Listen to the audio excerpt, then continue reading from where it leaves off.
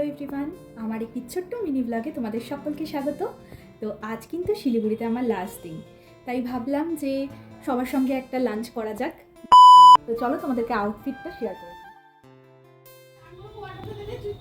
তো আমরা সবাই রেডি হয়ে কিন্তু বেরিয়ে গেছি বাইরে।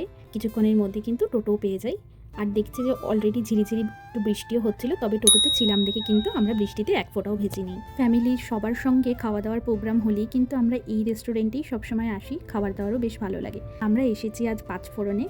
তো গিয়ে দেখি ভিড় কেমন থাকে। এখানে তো প্রায় ভিড় থাকেই বলতে গেলে। ভেতরে এসে দেখি যে বসার জায়গাও ছিল, আর আমাদের কিন্তু ওয়েট করতেও হয়নি। মেনু চেক করার পর প্রথমে আমরা অর্ডার দিয়েছিলাম ফিশ ফিঙ্গারটা ভীষণ টেস্টি ছিল। স্টার্টারটা খাচ্ছিলাম, তো দেখলাম তার কিছুক্ষণের মধ্যে কিন্তু আমাদের সবার মেন কোর্সও চলে এসেছে। তো ফার্স্টে দুটো থালি অর্ডার দেওয়া হয়েছিল, তারপরে অর্ডার দেওয়া হয়েছিল পোলাও মাটন কষা, আর আরেকটা অর্ডার দেওয়া হয়েছিল পোলাও আর পনির। আমি অর্ডার করেছিলাম বিরিয়ানি আর চিকেন চাপ।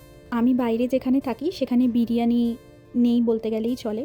তো শিলিগুড়িতে আমি যখনই আসি না কেন সবসময় চেষ্টা করি বাইরে যদি কোনো কিছু খাওয়া দাওয়ার প্রোগ্রাম থাকে তাহলে বিরিয়ানিটাই খাওয়ার। খাবারগুলো তো সবার খুব পছন্দ হয়েছে, আর খাবারটা ঘরোয়াই ছিল, আর খেতেও কিন্তু খুব ভালো ছিল।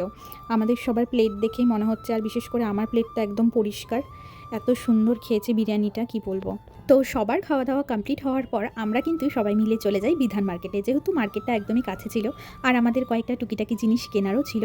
তো তাই আমরা মার্কেটে যাই। তো সেখানে কয়েকটা জিনিস কেনাকাটি করে কিন্তু এরপরে আমরা বাড়ির পথে ফিরে যাচ্ছি।